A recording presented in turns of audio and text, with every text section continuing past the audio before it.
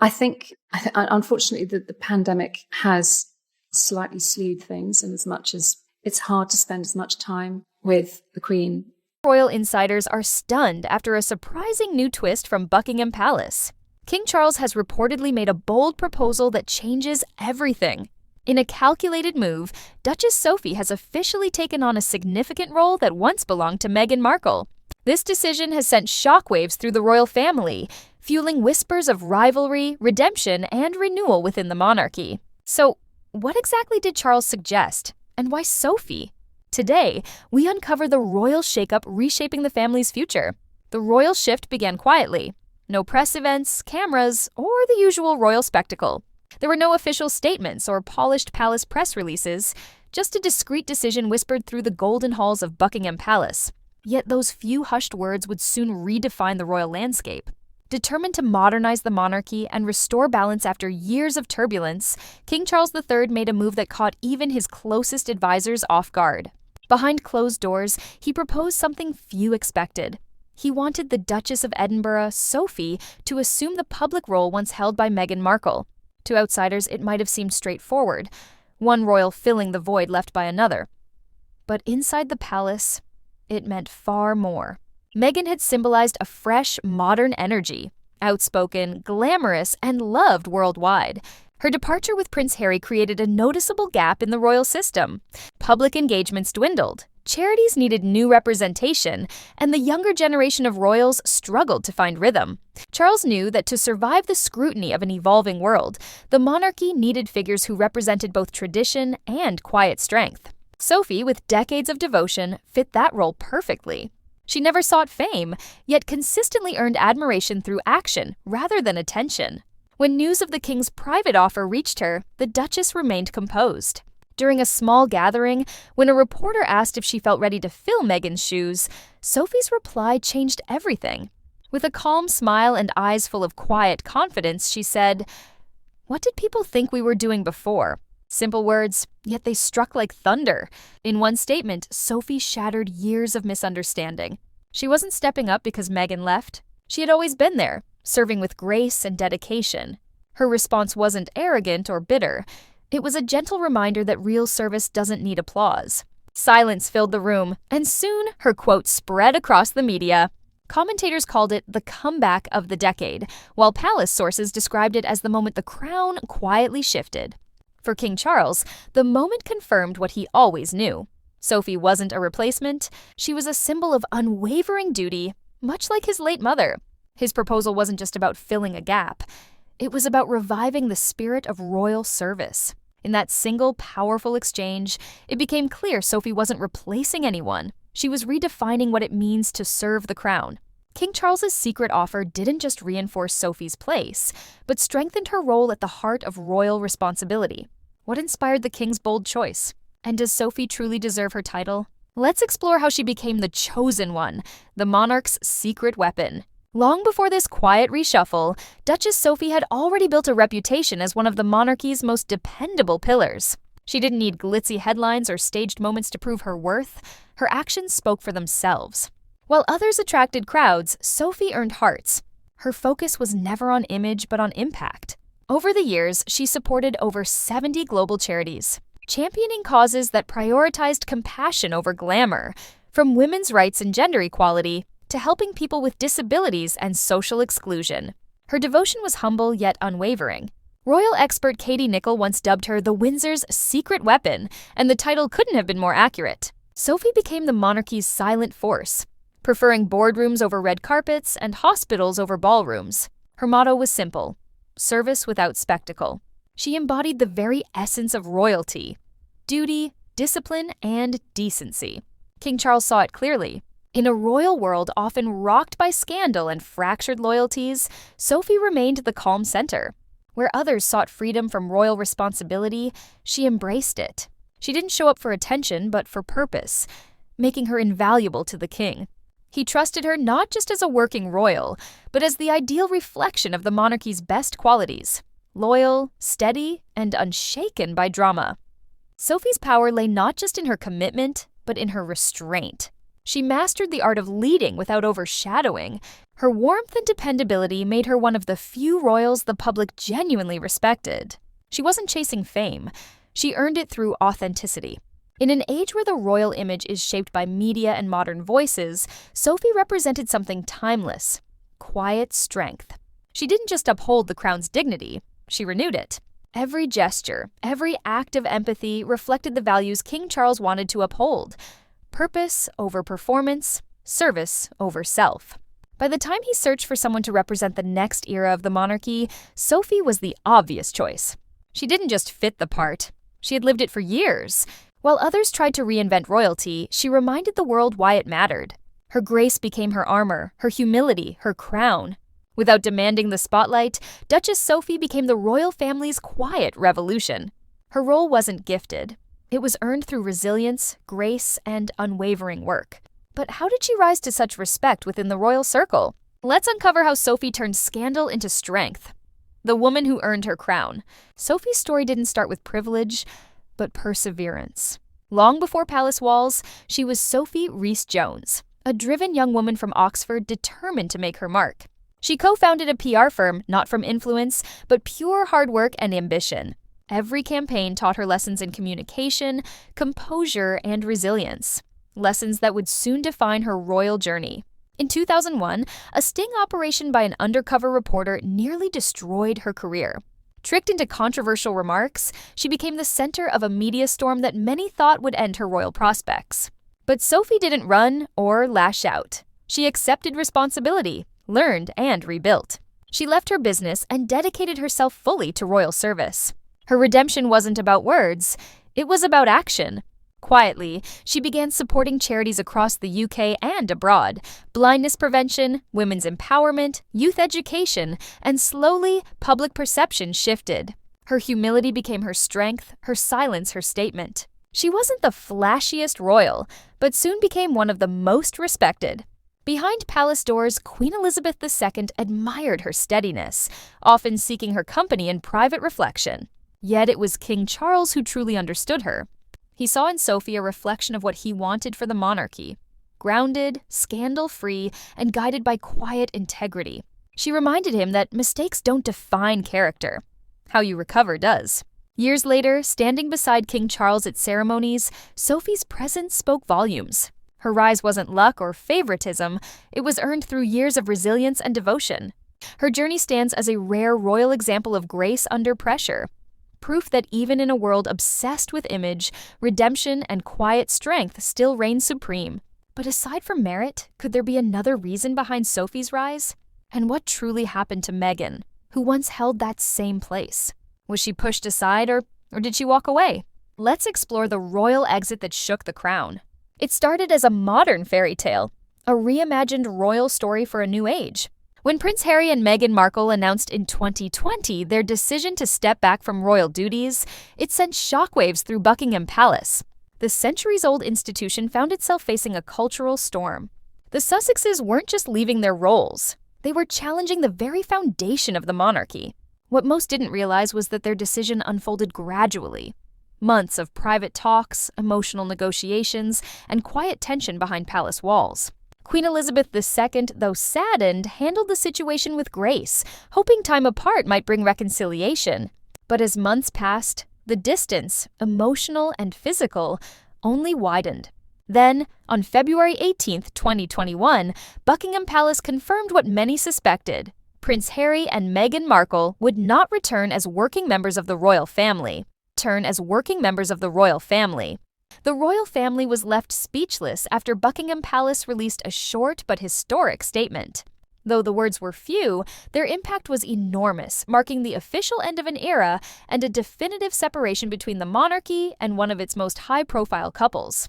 Just a year earlier, Meghan and Harry had spoken about creating a more progressive royal role, one that balanced duty with independence. Many believed their plan could reshape the monarchy for the modern age, merging centuries of tradition with contemporary freedom. But in the end, their dream couldn't coexist with the palace's rigid hierarchy, strict protocol, and unyielding control. What began as a hopeful evolution quickly became known as Megxit, a modern-day abdication that forced the royal family to reevaluate its identity. Their departure left more than empty spots on the royal calendar. It created an emotional void and raised questions about the monarchy's future in a world ruled by media, fame, and individuality. For King Charles, then Prince of Wales, it was a reminder that not every crown fits its wearer, and even royal duty can bend to personal conviction. When Meghan walked away, a noticeable gap emerged, one the monarchy could no longer ignore. It needed a duchess who could carry on the legacy. But was Sophie's rise quietly endorsed by Queen Elizabeth herself? And what kind of relationship did the two truly share? Let's uncover the truth behind that connection. Queen Elizabeth's quiet confidant. Behind Buckingham Palace's grand gates, few understood just how deep the bond ran between Queen Elizabeth II and Sophie, Duchess of Edinburgh. To the public, Sophie appeared poised, polished, and polite, a graceful royal who rarely stirred controversy. But behind the scenes, she was far more, a trusted companion who connected with the Queen on a human level, through empathy and shared endurance. Their friendship wasn't built on pomp or public appearances, but on quiet moments. Private teas, peaceful walks at Balmoral, and heartfelt conversations away from cameras. The Queen, who had witnessed every shade of human character during her 70-year reign, saw in Sophie a reflection of her own steadiness and sense of service. Insiders often said the Queen admired Sophie's calm strength and dependability, once describing her as reliable to the core. Coming from Her Majesty, that was the highest praise, a mark of profound trust reserved for only a few. Sophie filled a space no one else could. She wasn't driven by ambition or status. Her purpose was simple: to serve, to listen, and to act when needed. During the Queen's final years, as her public duties grew heavier and her private moments rarer, Sophie became one of her closest confidants. She was present at intimate family gatherings and often joined the Queen in prayer and quiet reflection, a connection built on heart, not hierarchy. When the Queen passed, Sophie's grief was silent yet deeply visible. Cameras captured her tearful face at Windsor, walking behind the cortege with grace, her expression reflecting both loss and loyalty. Those who knew her understood she wasn't mourning just a monarch. She was mourning a mentor, a friend, and the woman who had believed in her when few did. That trust didn't end with the Queen's passing. It became the very foundation of King Charles's faith in her as he reshaped the monarchy for a new era. He had long observed Sophie's unwavering devotion, her ability to balance warmth with duty, and her quiet commitment to the crown. In Sophie, Charles saw more than loyalty to him. He saw loyalty to his mother's legacy. The monarchy's endurance, after all, relies not only on crowns or ceremonies, but on individuals like Sophie, the dependable heart that keeps the institution grounded. Her bond with the Queen was defined by respect, faith, and genuine affection. But did Sophie ever misuse the trust and privilege she earned within the royal fold? Let's explore how she and Prince Edward became the royal family's calm amid chaos. During an age when royal headlines often overflowed with scandal, tension, and rivalry, Sophie and Prince Edward quietly built a life that stood in peaceful contrast. While other royal homes became subjects of gossip and speculation, their residence, Bagshot Park, became a haven of stability, dignity, and serenity. Their lives followed a different rhythm. No televised confessions, no tell-all interviews, no tabloid drama. Instead, their world thrived on purpose and family, embodying the timeless royal values that once defined the crown: service, humility, and grace. Sophie and Edward seemed to understand that royalty wasn't about spectacle, but about substance. Inside Bagshot Park, the atmosphere was warm and genuine. Their children, Lady Louise Windsor and James, Earl of Wessex, were raised largely out of the public eye, given the chance to grow up without the relentless scrutiny that haunted other royal children. Friends often described their home as filled with laughter, grounded routines, and a quiet focus on family life over fame. Sophie herself often spoke about valuing normalcy, and her life reflected exactly that. Her mornings were spent preparing for meetings with her over 70 charities, tackling causes from women's empowerment to disability advocacy. Her afternoons were filled with visits to hospitals, community centers, and military facilities, where she listened with genuine care and humility. She performed her duties with precision, grace, and no need for spectacle, earning admiration through substance, not show. Prince Edward mirrored her steadiness. Where others sought power through publicity, he represented persistence through peace. Together, they embodied the balance King Charles now strives to restore within the monarchy, one grounded in commitment, not chaos.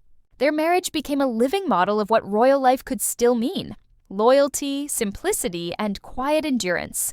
It was no wonder that as Charles took the throne and began shaping a more focused, disciplined future for the crown, he turned to Sophie and Edward as the perfect example.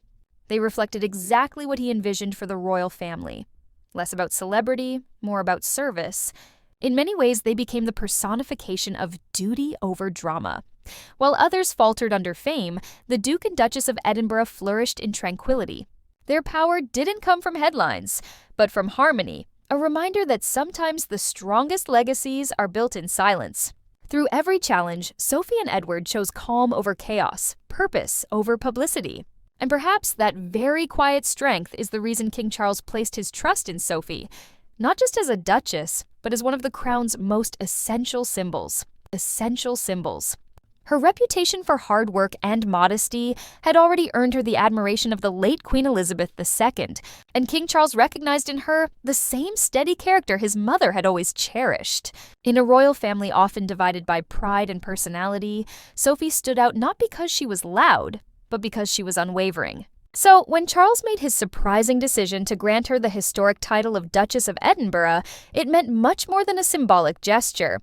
The title, once held by Prince Philip, carried a deep legacy of loyalty, discipline, and public service. Giving it to Sophie was an acknowledgement that she embodied those timeless values in a modern form. It also sent a clear message to the world. The monarchy was evolving, and its survival would depend on integrity, not image. Sophie's new position also carried another layer of meaning, subtly reflecting, and in many ways replacing, the role Meghan Markle once held before leaving royal life. But where Meghan's time in the public eye was marked by controversy and emotional turbulence, Sophie's approach brought calm precision. She never chased interviews or headlines. Instead, she let her work speak for her. Whether traveling to conflict zones, advocating for survivors of violence, or representing the UK at global summits, her presence radiated quiet authority. Within the palace, her growing influence restored a sense of credibility. Insiders described her as the monarchy's steady heartbeat, and King Charles increasingly relied on her perspective when managing both public duties and sensitive family matters. Her style wasn't about extravagance, it was about elegance. Every appearance was thoughtful, every word carefully chosen, and every action carried meaning. The Duchess of Edinburgh had become a rare figure in modern royalty, someone the public genuinely trusted. As debates swirled around the monarchy's relevance, Sophie proved that its foundation still stood on duty and endurance. Her elevation symbolized more than personal recognition.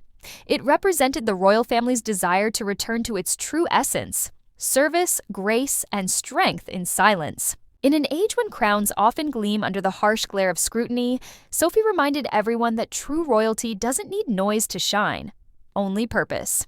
King Charles saw an opportunity to redefine the future through Sophie's steady rise.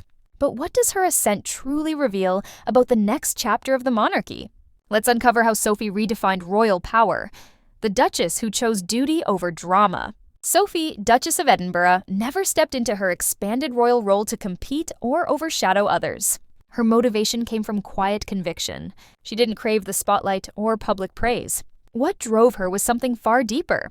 A lifelong belief that real power isn't born from titles, fame, or fanfare, but from service that endures when no one is watching. Her journey under King Charles wasn't about taking Meghan Markle's place in the royal hierarchy. It was about rebuilding the meaning of duty in an age when loyalty had started to lose its worth. While others pursued independence over obligation, Sophie chose the tougher road, the path of constancy. She stayed when others left, upheld the royal standard when others dropped it, and continued the unseen work that keeps the crown steady, even through turmoil. Sophie's strength has never been loud or flashy. It doesn't make tabloid headlines or trend online. It's visible in the quiet moments. The hospital visits with no cameras, the speeches that uplift women worldwide, and the comforting presence she offers to families in pain. These acts might not dominate the news, but they build something far greater than attention: respect. Her role within the royal family represents a kind of leadership that doesn't seek validation. When King Charles envisioned a monarchy rooted in substance rather than spectacle, Sophie naturally became its foundation. Her calm presence reminded both the palace and the public that the truest symbols of royalty are not crowns or jewels, but compassion, resilience, and dignity. Sophie's journey reflects a timeless truth about the British monarchy. that its strength lies not in grandeur, but in grace. Every step she takes reinforces that royal life isn't a contest for attention, but a lifelong promise of service. While others defined freedom by leaving, Sophie defined it by staying loyal to her purpose, her promise, and to the people who still believe in the power behind the crown. She didn't inherit her moment by chance. She earned it through decades of dedication, discipline, and quiet devotion. In many ways, her story completes a circle, proving that in an age obsessed with fame and noise, it's often the silent ones who hold the greatest influence. When history looks back on this era, Sophie may not be remembered as the Duchess who replaced Meghan, but as the woman who restored meaning to royal duty. Crowns may sparkle brightly for a while, but their shine fades with time. Character, the kind that stands strong through scandal, silence, and change, never does. That kind of brilliance is eternal, and it's exactly what Sophie, Duchess of Edinburgh, represents for the modern monarchy. What are your thoughts on Sophie's rise? Can she truly meet royal expectations? Share your opinions in the comments below. And don't forget to like and subscribe for more royal insights.